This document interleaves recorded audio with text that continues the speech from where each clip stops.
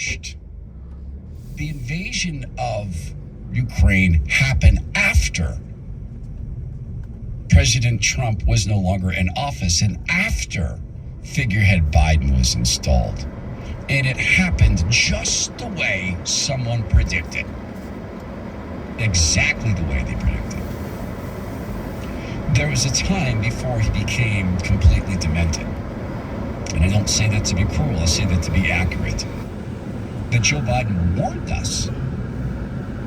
If you want Putin to become physically belligerent, put a NATO country on his doorstep. What were we considering with Ukraine? Making them a NATO country, just exactly as he warned. There's something in the hearts and minds of people who've become spiritually captured where they want people to know what they're doing. Earlier this week, I played a soundbite for you of Joe Biden saying an unrelenting stream of immigration to fundamentally change this country. Well, we go right back to where we began today with Merrick Garland saying they apply the laws equally. No, they don't. The unrelenting stream of immigration is not applying the law at all, because the weight they hope to put on the American system, the final step in the Cloud Pivot Plan to flood of all our systems, is key to them getting what they want. So they will help these people get into the country because those people are helping a cultural revolution. And it all seems very scary until you remember that to the Lord, this isn't even the blink of an eye, for we will live eternity with the Lord Jesus as we serve him. In the beginning was the Word was with God, the Word was God. That's why we speak. God be with you and your families.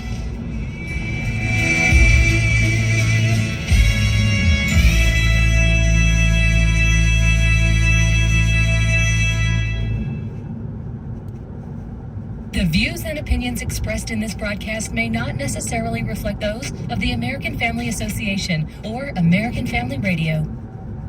90.5 KTXG Greenville, Dallas. To biblically sound organizations. So as a federal or state employee, why not choose the American Family Association Combined Federal Campaign Designation 12037? Of the organizations on the CFC list, AFA is one of the few standing for you and your family. By choosing 12037, you help make it possible for us to continue. This is American Family Radio, a listener-supported ministry of the American Family Association.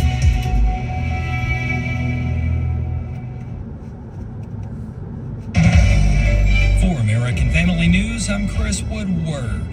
A New Jersey senator and his wife have been indicted on charges they took bribes, gold bars, and a luxury car in exchange for corrupt acts that included benefiting a foreign government. Fox's Tanya J. Powers has details. U.S. Attorney for the Southern District of New York, Damian Williams, says New Jersey Democratic Senator Bob Menendez used his role and influence as the leader of the Senate Foreign Relations Committee to benefit Egypt. Williams says Menendez even gave Egypt sensitive U.S. government information. He says the FBI searched the home of Menendez and his wife, as well as safe deposit boxes. They discovered approximately $500,000 of cash stuffed into envelopes and closets. Some of the cash was stuffed in the senator's jacket pockets. That search also turned up at least $100,000 worth of gold bars. Menendez calls the allegations baseless. The number of migrant encounters at the southern border this fiscal year, which ends in about a week, has surpassed last year's total for a new record high. Here's Fox's Jessica Rosenthal. Yuma, Arizona Supervisor Jonathan Lyons tells Fox News that despite promises from Homeland Security, the border wall gaps migrants get through have not yet been closed. And that's where we're losing people who are dying in the desert. You know, we're almost approaching 700 who have died in the southern portion of Yuma County. In Eagle Pass, Texas, just in the last week, a 3-year-old boy and 10-year-old boy drowned in the Rio Grande River. The U.S. Treasury Department and China's Ministry of Finance have launched a pair of economic working groups as part of an effort to ease tensions and deepen ties between the nations. But Jenny Beth Martin, co-founder of Tea Party Patriots, is not fond of the idea. It seems to me that every time we try to deepen ties with China, it benefits China and it hurts the average, everyday American. It creates more affordable products, but it's unfair to our employees and our employers who have to abide by the regulations that America has, and it makes it very difficult for them to compete. About 500,000 people will have Medicaid coverage reinstated because of a computer glitch. Fox's Evan Brown explains. Around 500,000 people, many of them children, will be put back into their state's Medicaid programs by order of the federal government, which says they were initially disenrolled only due to computers disqualifying people in error. This glitch affected qualifying people across 29 states and Washington, D.C. The Biden administration also tells 30 states to pause disenrolling people from pandemic-era Medicaid coverage, as the same error could be affecting those decisions. As many as 24 million people could lose Medicaid coverage now that the COVID public health emergency has ended. 2 Virginia Beach parents have filed a lawsuit seeking to force their local school system to adopt Republican Governor Glenn Youngkin's policies for the treatment of transgender students. The policies give teachers and students the right to refer to a transgender student by the name and pronouns associated with the sex they were born with, and they require teachers to use pronouns associated with that unless parents have agreed in writing to the student's preferred gender. Last month, the Virginia Beach School Board narrowly voted down a proposal that would have adopted those policies. In final news, NFL fans are raising concerns about their safety at football stadiums in the U.S. Here's Fox's Jared Max. Sportsbook Review researched crime statistics and polled more than 3,000 football fans about how safe they feel at NFL stadiums. Nearly 74% of women said they are not comfortable being alone at or around Ford Field, the home of the Detroit Lions, where violent crime rates are higher than at any other NFL stadium. Property crimes highest in or around Empower Field at Mile High, the home of the Denver Broncos. 39% of those polled said they have witnessed or fallen victim to at least one crime in areas local to their team stadium. The Dallas Cowboys AT&T Stadium, home to the most crimes against fans. Verbal harassment reported most there, compared to sexual harassment being the most prevalent crime at the Seattle Seahawks home, Lumen Field. That's all our time for now. Find more news on afn.net. Be sure to subscribe to our free daily email news briefs, and thanks for listening. You know, Alex, one of my favorite things about Share-a-thon are the listeners' phone calls. Yeah, exactly. AFR listener stories encourage us and other listeners. AFR has been a blessing to my husband and I. Call 877-876-8893 and tell us your story. That's 877-876-8893. I listen to y'all all day. Y'all been a big help. 877-876-8893.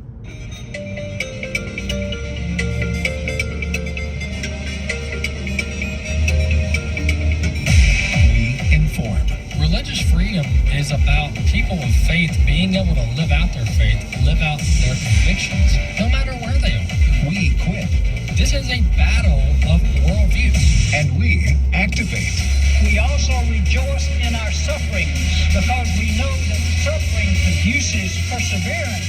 Perseverance, character, and character, hope. This is At the Core on American Family Radio. Welcome to The Core here on American Family Radio Network. Walker Wildman back in studio with you. Good to be with you on this Friday edition of The Core. As we do each week, we'll have Chris Woodward with us in the last segment, and in the second segment, we'll have another special guest with us.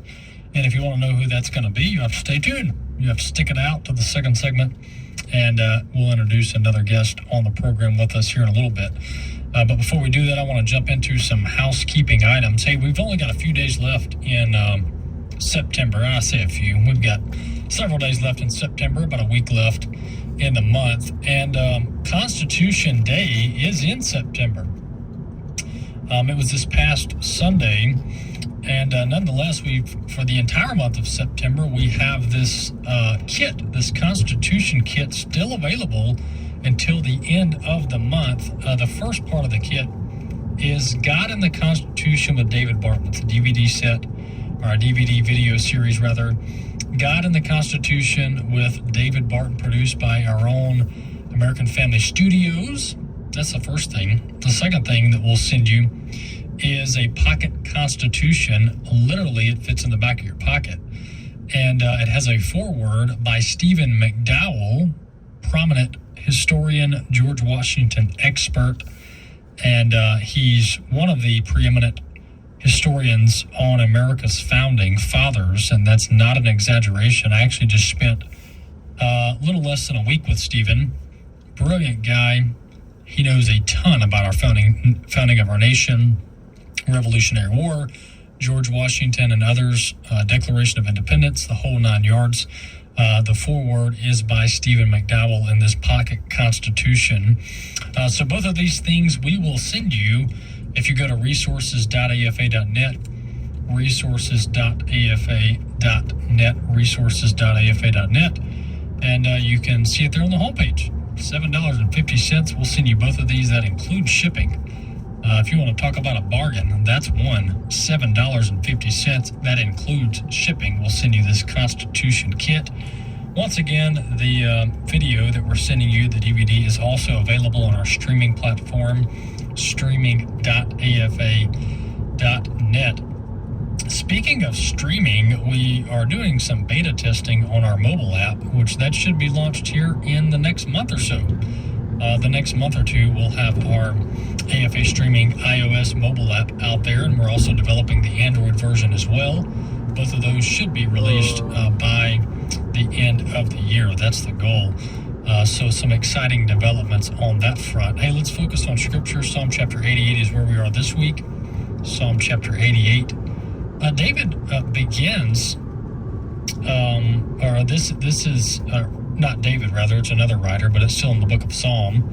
The writer here begins in chapter 88 with this: O Lord God of my salvation, I cry out day and night before you.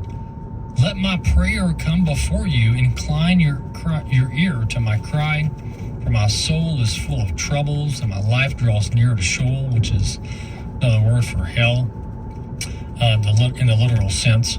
I am counted, verse 4, I am counted among those who go down to the pit. I am a man who has no strength, like one set loose amongst the dead.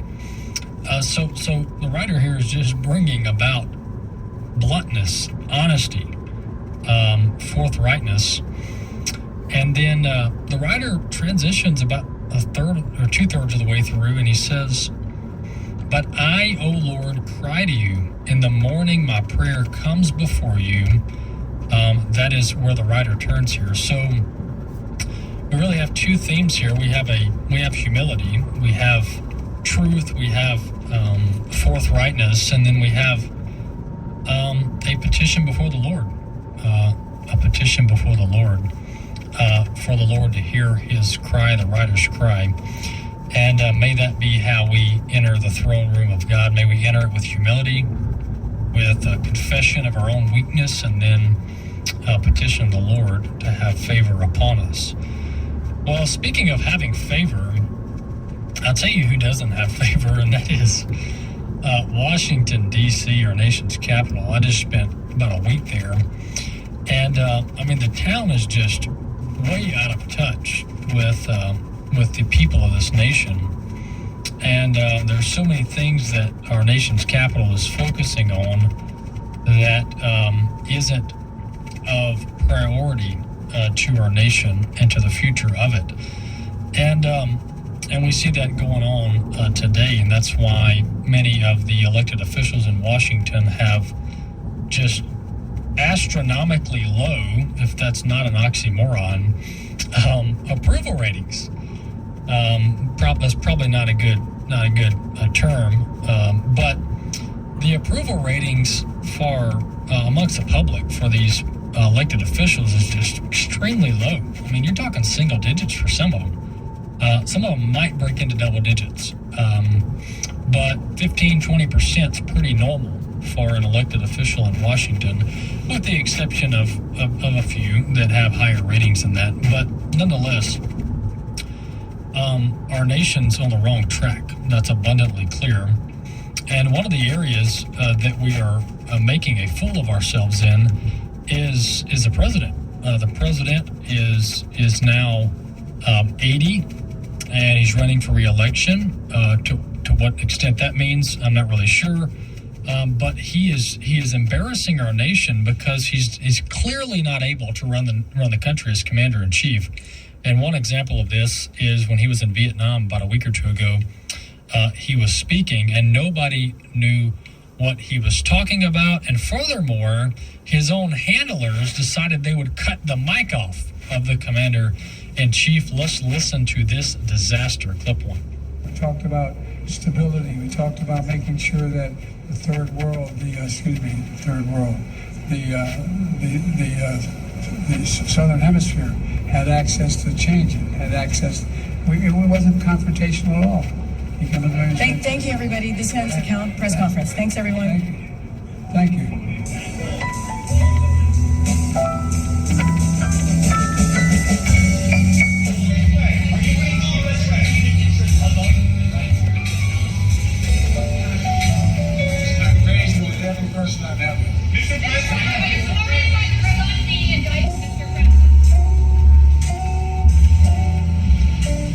All right, what you just heard there was not the president ending the press conference, but his handlers literally ending the press conference. Actually taking the microphone over, speaking into the backstage mic, saying, "Ladies and gentlemen, this press conference is over." And then the president is still trying to answer questions on the stage with his mic turned off. This is not, a town hall meeting with your city council and the mic got cut off early.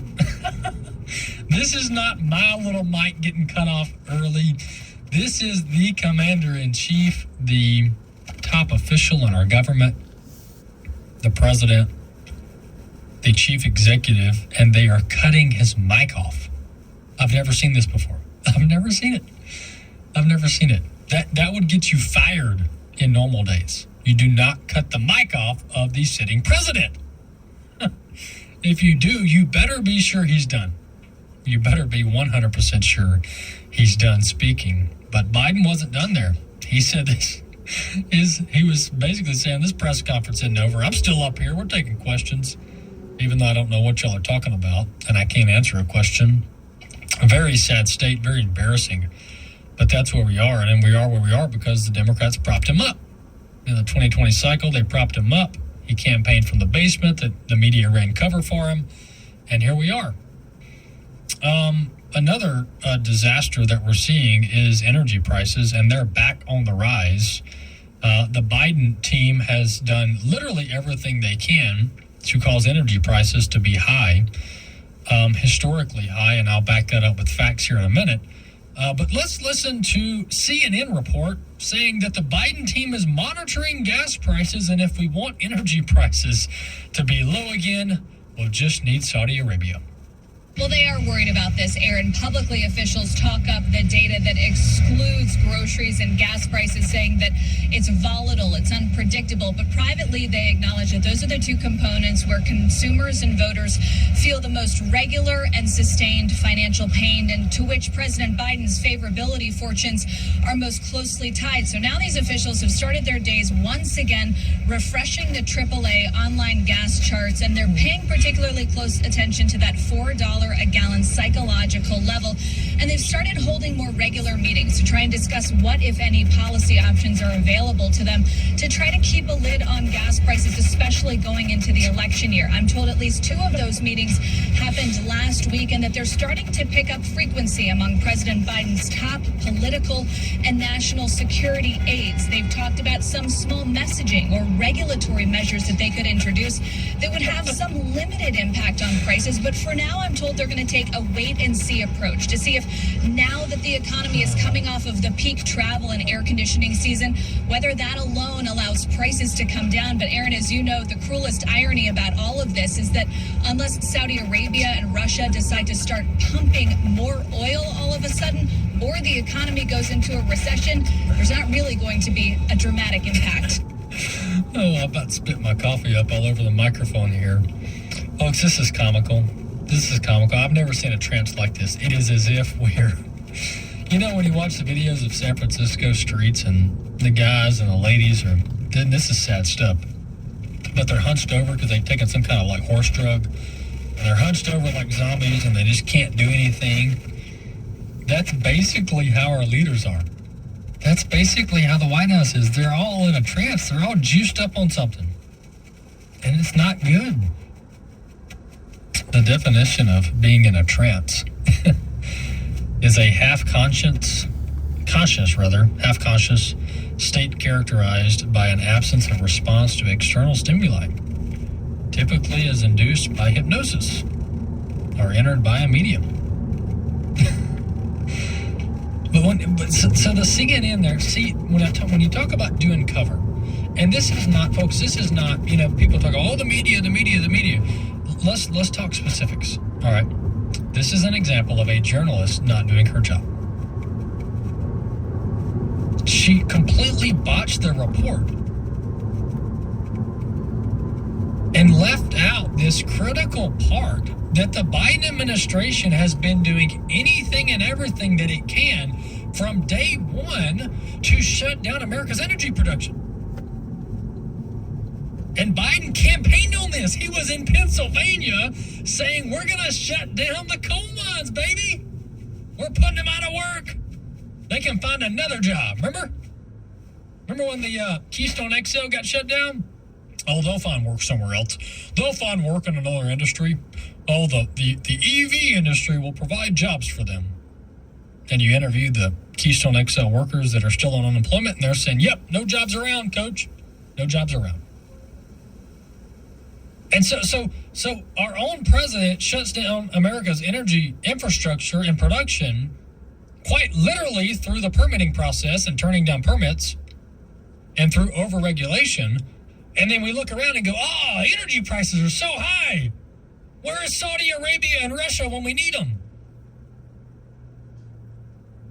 Unbeknownst to us, as we're in our trance, we're walking on the most oil, or as President Trump calls it, liquid gold.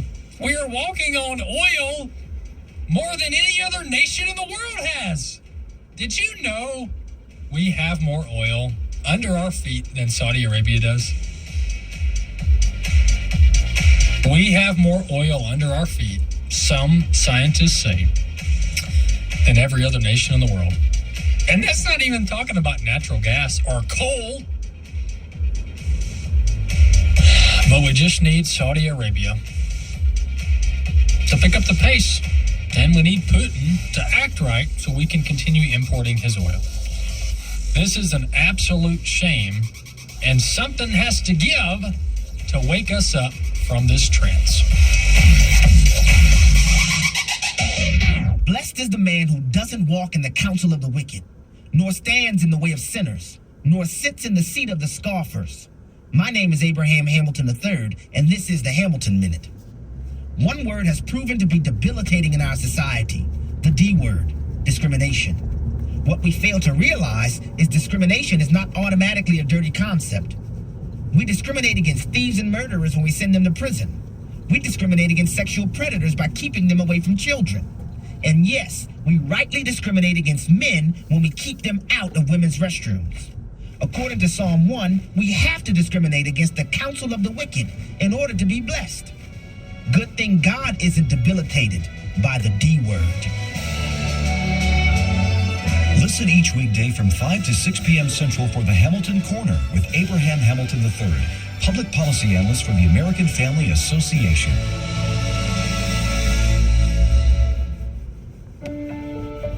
This is Raising Godly Girls Minute with Patty Garibay of American Heritage Girls. Gossip has a way of abruptly weaseling its way into your girl's conversations, and if she's not vigilant, she may become the vehicle for its replication to others. Like a wildfire on parched land, gossip moves fast. But is gossip really that big of a deal to God? His word says that gossip is a mark of worldly people, not Christians. At its root, gossip feeds on the need to share secret information and harvest attention for self. So how can your girl take control of this sneaky need to chatter? Redirect her speech through the help method, asking, is it helpful? Is it edifying? Is it loving? Does it promote peace? If not, counsel her to cut gossip off at its roots. We are all called to raise up the next generation of Christian leaders. You can learn more about empowering girls through the love of God at raisinggodlygirls.com. Hey friends, it's Jessica Peck, Dr. Nurse Mama, as your 1-minute parenting coach. Do you have a safe space in your home for your teen? Is there a place you make yourself physically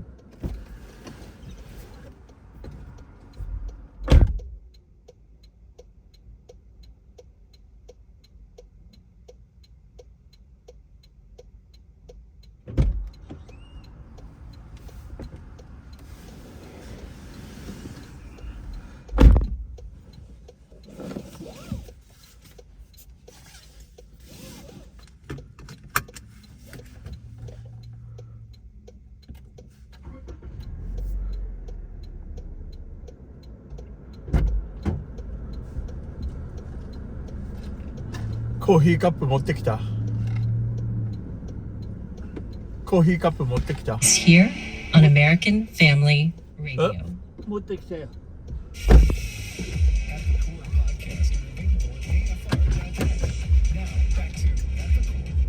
今日は何？シャワー浴びた？ああ。うん。スリッパも使ったでしょ？ああ。スリッパいつも持っておけばいいよ、お父さん。それバッグの中入れとけばいいよ、それ。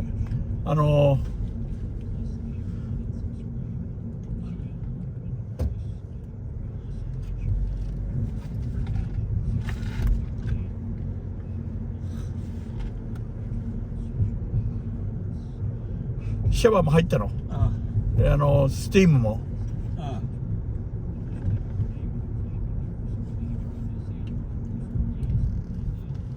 どれくらい待った？待たないよ。5分ぐらい。あ、5分くらい？うん。ちょうどよかったね。うん。ちょうどいいよ。で、今日はついていけた？白髪の先生ね。うん。挨拶もしたの？向こうから挨拶に来たよ。ああ。Ended up focusing in on and having a passion for biblical stewardship. Yeah, like a lot of people, I was just a mess. And so that was the path that God led me on, kind of going through my own mess. And as I discovered blogging in 2007 and realized, I can share with the world, not just what I'm eating for breakfast, but also what I'm learning about money and what I'm learning about what the Bible says about money. So I started a blog back then, just talking about what God was doing in our hearts and what we were learning, and over the years just grew, and then we created courses and podcasts and all the stuff. So yeah, I've been doing that for about 15 years or so now. Well, let me ask this. This is probably what many people ask. Seed Time. Explain the name.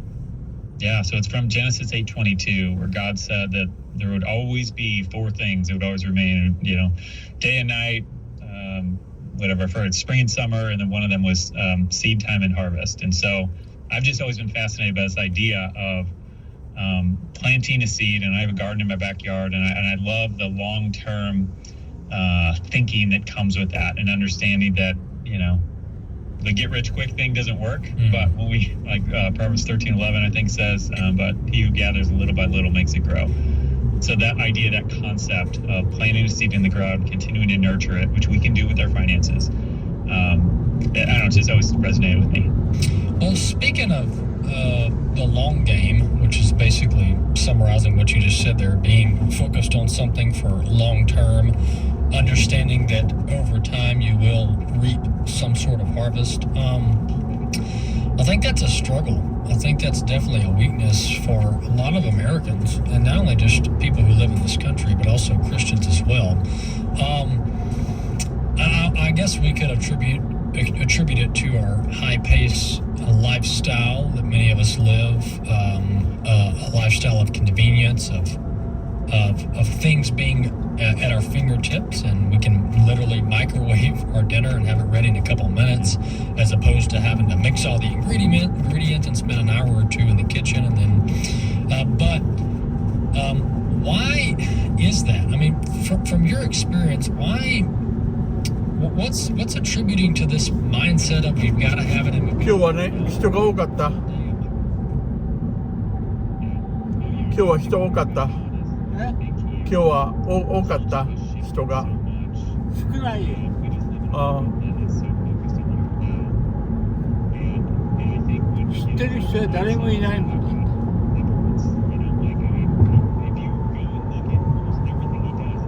後ろの方にいるのいつも。インディアンばっかりだよ。ああ。インディアンとは喋れないんでしょ。向こうから挨拶も来ない。挨拶もしないもんだ。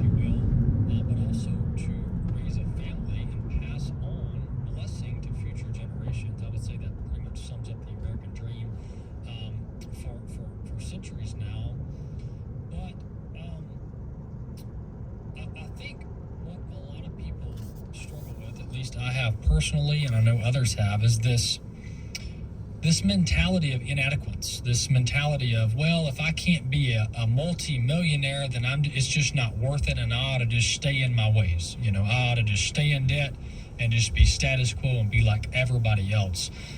Talk about maybe how we can combat that type of a mediocre mentality.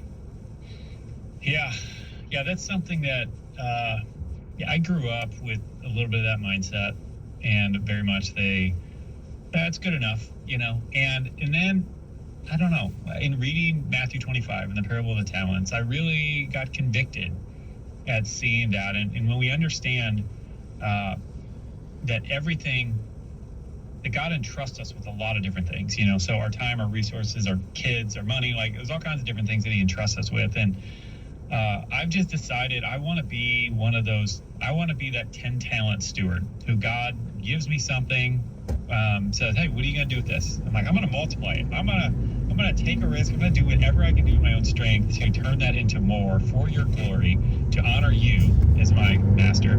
And I want to be somebody who He can trust with more. It's like, you did a great job on that. I'm going to trust you with more. And that's I don't know. That's just how I want to live life. And again, I came from a mindset that was not like that. Very much, let's just get by. What's the minimum I can get by with? And I think when we understand that everything we're entrusted with is an opportunity to glorify Him, I think it can help us break out of that mindset, you know? Yeah, and there is a balance here of contentment versus, discontentment is when it comes to our wealth, our well-being, and our status in life, if you will, from a worldly perspective. You have to balance these two things, and it can be done. It's biblical, right? To want to expand your territory. And we're not just talking finances here. We're talking your influence, right? Being a good influence on other people, being a biblical influence. So wanting to expand your territory, wanting to leave future generations, right, a blessing, whether it be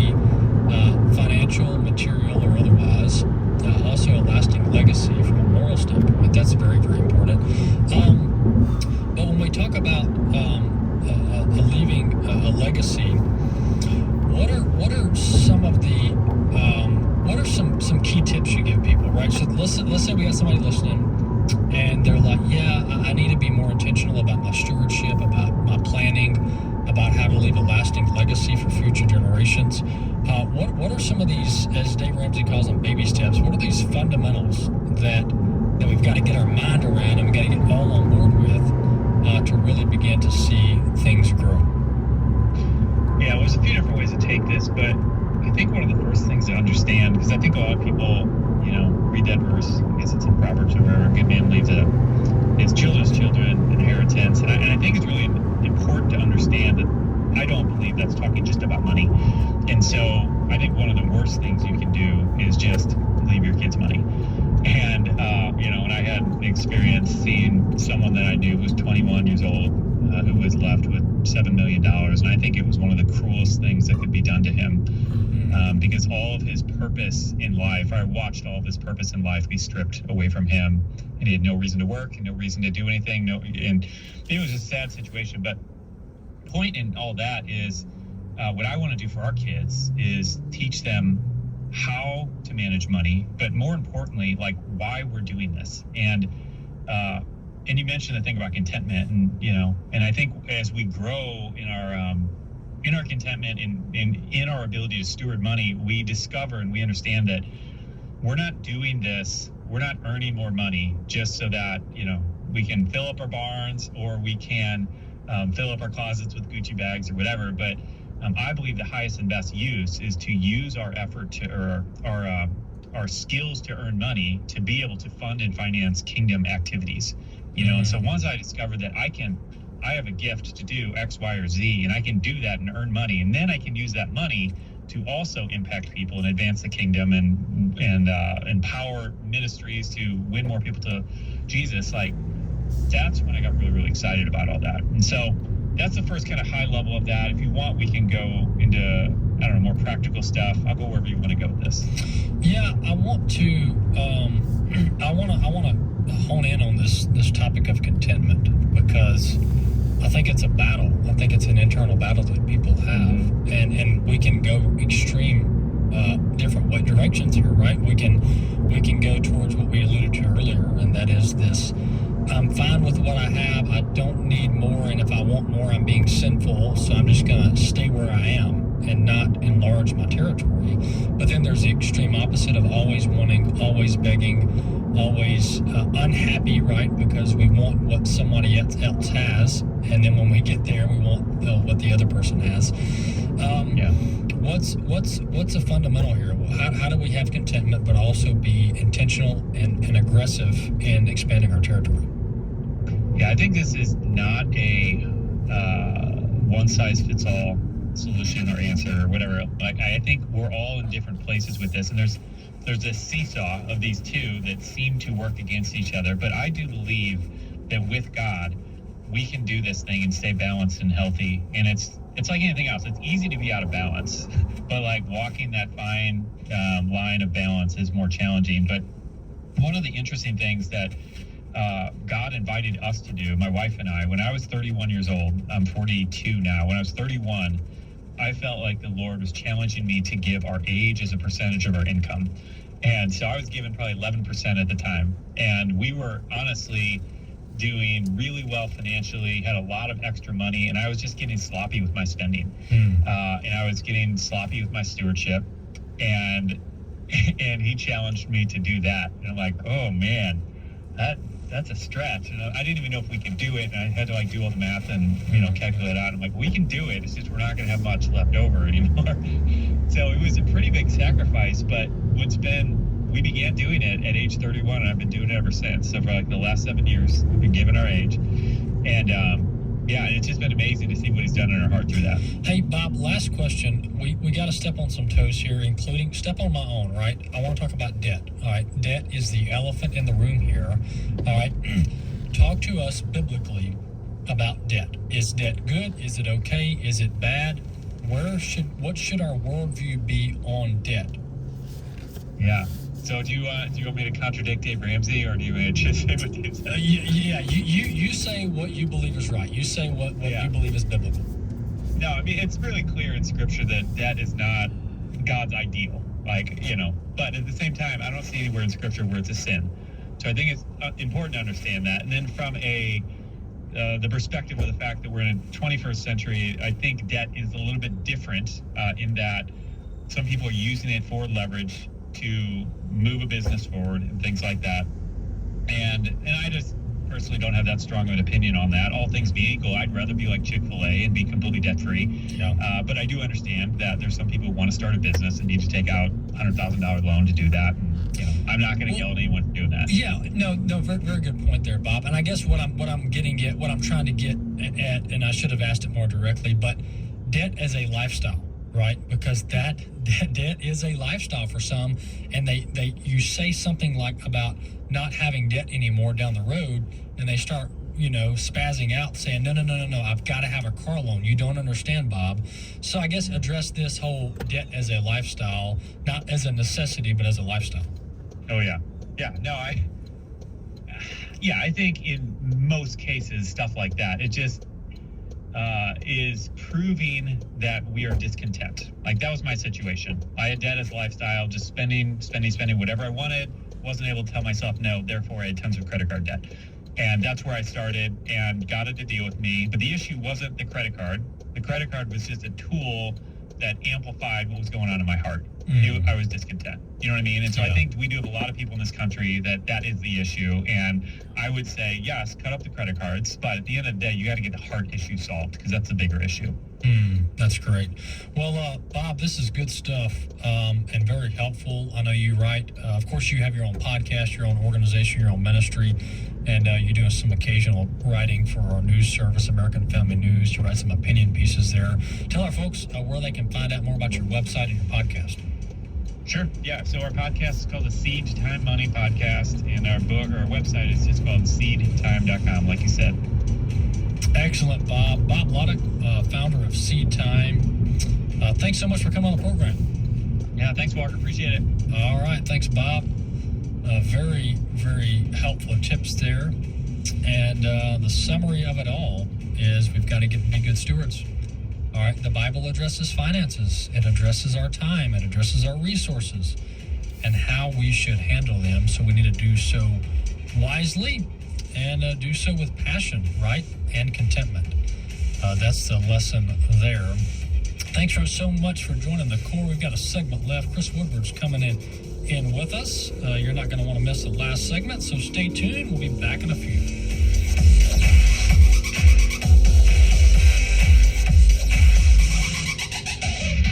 What does the American Family Association stand for? AFA upholds the truth that all human beings, including the unborn, are created in the image of God and are worthy of life, liberty, and the pursuit of happiness. These values and more are part of our mission to inform, equip, and activate individuals to strengthen the moral foundations of our culture.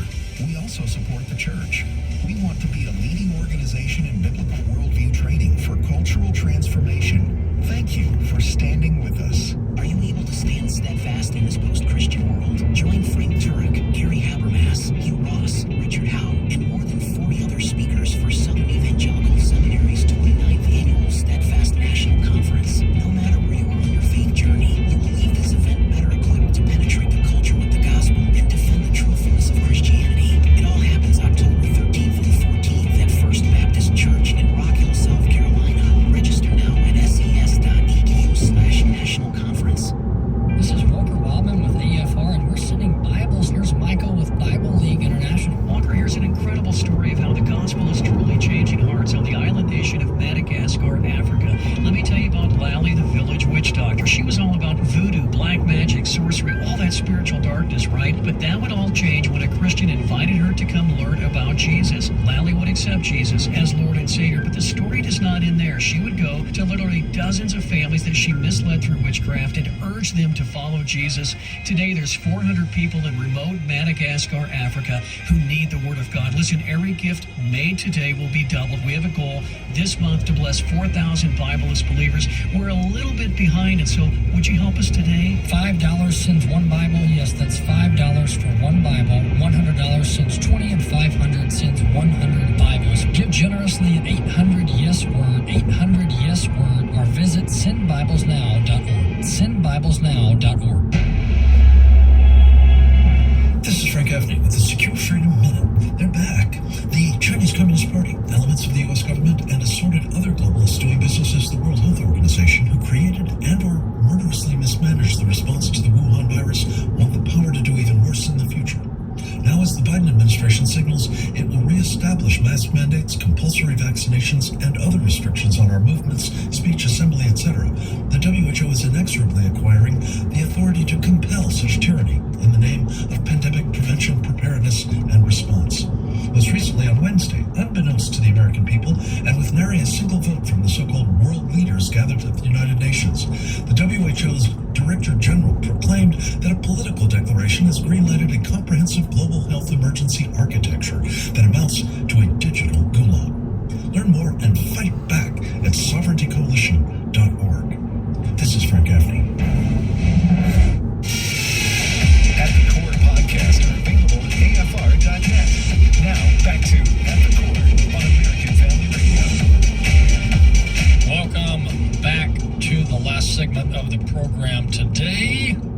Don't forget to subscribe to the podcast. We would love for you to subscribe to the podcast wherever you listen to podcasts. Just type in At the Core, click the little plus icon, and it'll be queued up on your podcast library wherever you listen to podcasts. We've got the video up at streaming.afa.net, and on Facebook, At the Core on Facebook, video on both of those locations. Chris is back with us. Chris Woodward. Thank you very much. Well, Chris, it's been a couple weeks since you and I have been hot live in the studio, and you and I were at the Pray Vote Stand Summit this past week, and we listened to multiple presidential candidates for the Republican ticket. But what were some high points? What were some takeaways you got? Well, in terms of the presidential candidates, it was clearly Donald Trump's crowd. And I say that based on both the size of the audience and the level of applause once he finally came out, which was about 50 minutes after he was scheduled to speak. I think a lot of people kind of flooded the area. あそこ韓国のレストランここだけど、ここで働くようになったら日にちが月水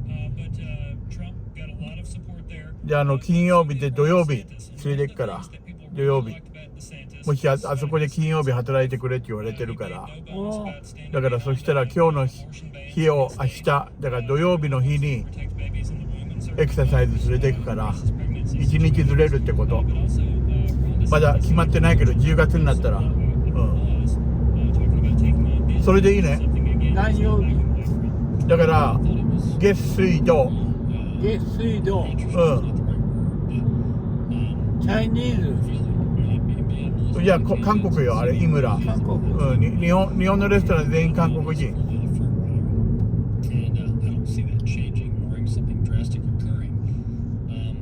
寿司とか日本食があるよね。Chris, we got a few news stories. The border, it's been a disaster. President Trump had it very much more under control. But this Biden administration, this is an unmitigated disaster on the border. Right, and the border was one of the many issues that was brought up at Pray Vote Stand, not just by the presidential candidates who want to shut down the border, but also there were a number of panel discussions about border security and the need for that, and understandably so, because we have Americans, fellow Americans, in Eagle Pass, Texas, which borders Mexico along the Rio Grande in southern Texas. They announced a state of emergency this week due to a, quote, severe undocumented immigrant surge. According to the Maverick County Sheriff there, about 2,700 migrants crossed into Eagle Pass on Tuesday and another 3,000 on Wednesday. That is like the population of my hometown, which is not very far from here. And that's just one little area there. In a day. Right, and these are just the people that, we've seen. There are people covering in the coming across in the dead of night, people that we don't see. So this is a huge problem. Biden, of course, continues to say that the border is secure, but if you watch anything on television, pretty much you see that it's not. Yeah. And this remains a big problem. Yeah, it's quite astonishing. I've never seen anything like this. We thought Obama was bad. This makes Obama look like a conservative. This is a disaster. And as I mentioned at the top of the show, Chris, you go to Washington, and people are start talking about this. There's some. But the White House isn't concerned about it. They just brush it off. Mayorkas acts like it doesn't exist. But